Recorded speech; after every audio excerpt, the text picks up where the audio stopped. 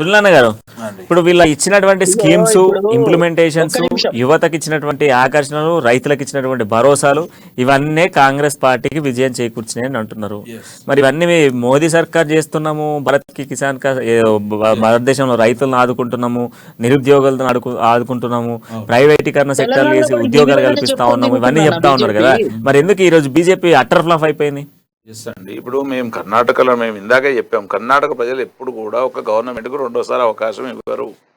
ఖచ్చితంగా అట్లా అనుకుంటామండి. ప్రతి ఒక్కరికి ఎవరి రాజకీయ వ్యూహాలు వాళ్ళకు ఉంటాయి. ఎవరు కూడా ఓటమిని అంగీకరించారు. ఖచ్చితంగా గెలిచి ఎలక్షన్ కమిషన్ డిక్లేర్ దాకా కూడా మాదే అనుకుంటాం. ఇప్పుడు ఈవెన్ తో మేము కౌంటింగ్ అయ్యేటప్పుడు కూడా తొందరపడకుండా ఏం జరుగుతుందో చూస్తామని చెప్పినాం. అంటే మా ఆశాభావం మాకు ఉంటది. ఇప్పుడు చర్చించుకోవాల్సిన విషయం, బీజేపీ ఈ రోజు కర్ణాటకలో ఓడిపోవడానికి రీజన్ ఏంటి తెలుసా అన్నగారు? వీళ్ళ మేనిఫెస్టో ఏంది? నేషనల్ రిజిస్టర్ ఫర్ ఎన్ఆర్సీ ఒకటి, ఏది 3 gas cylinder for below poverty line ఒకటి, రైట్? పోషన్ స్కీమ్ లో 1/2 litre milk packet below poverty line ఫ్యామిలీకి ఇస్తారు. వీళ్ళు ఇది అవమానమా? వాళ్ళకి ఆదుకుంటున్నట్ట. అవమానం అని అంటే అది పేద ప్రజలు చెప్పాలి. అవమానం ఓన్లీ కర్ణాటకలో ఎందుకు అన్నగారు? పేదోళ్ళందరూ అక్రాస్ ఇండియా ఉన్నారు, వాళ్ళందరికీ ఇవ్వండి. 33.5% బిలో పవర్టీ లైన్ కాంట్రిబ్యూట్ చేస్తుంది ఈ దేశంలో ఉన్నారు. ఇప్పుడు ప్రతి ఒక్కరికి ఇవ్వండి. ఏదో మేనిఫెస్టో రిలీజ్ చేసారు, ఎలక్షన్ లో అధికారం చేపట్టాలని ట్రై చేసారు వీళ్ళు. తెలంగాణ ప్రజలు ఎలక్షన్ టైంలో వేరే పెట్టారు. కరెక్ట్ సందర్భాల్లో మీరు తీసుకొచ్చినారు ఈ పాయింట్ ని. ఇప్పుడు నాగేష్ గారు దీనికి సమాధానం చెప్పాలా?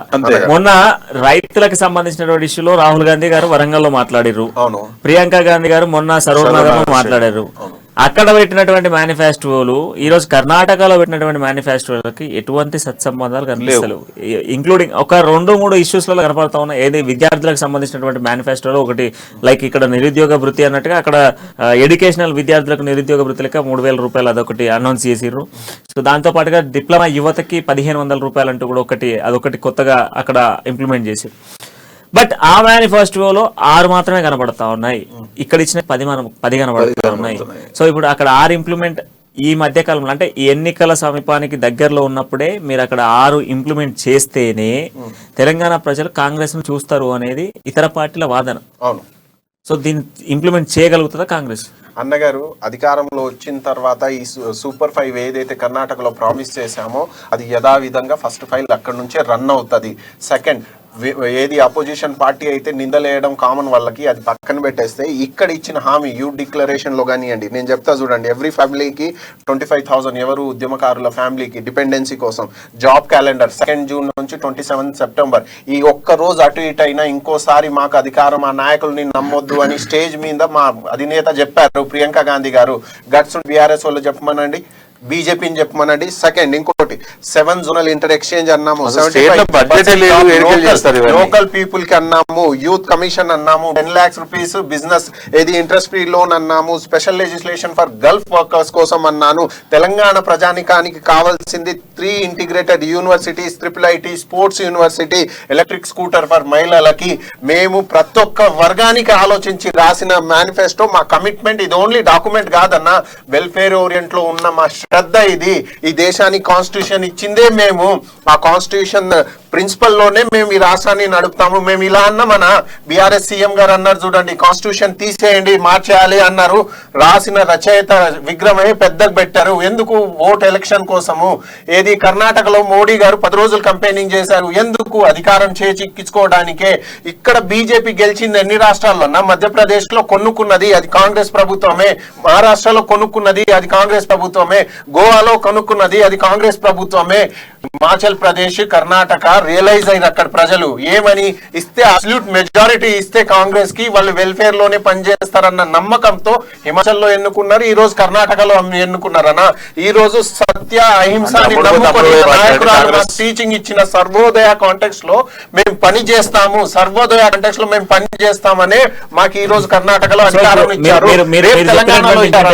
మీరు చెప్పినటువంటి ఇంప్లిమెంటేషన్స్ ఈ రోజు తెలంగాణ తెలంగాణలో అదే స్కీమ్స్ మీరు ఇంప్లిమెంట్ చేసిన తెలంగాణలో మీరు అధికారంలోకి రావడానికి ఛాన్సెస్ ఉన్నాయి అనేటువంటి ఆలోచనలతో ఉన్నారా? ఆ రెండు రాష్ట్రాల్లో జరిగిన యాజ్ ది స్ట్రాటజీ ఇక్కడ జరుగుతుంది అన్నటువంటి ఆలోచనలో ఉన్నారా? గారు ఇక్కడ కర్ణాటకనే ఎందుకు తీసుకుంటున్నారు? హిమాచల్ లో, ఛత్తీస్గఢ్ Yes, లో, నేను రెండు రాజస్థాన్ లో మేమే ఉన్నాము. రెండు రాష్ట్రాల గురించి చెప్తున్నాను నేను. అదే అన్నగారు, ఇప్పుడు కర్ణాటక మన బార్డర్ స్టేట్ కాబట్టి మీరు చెప్తున్నారు అంటాను నేను.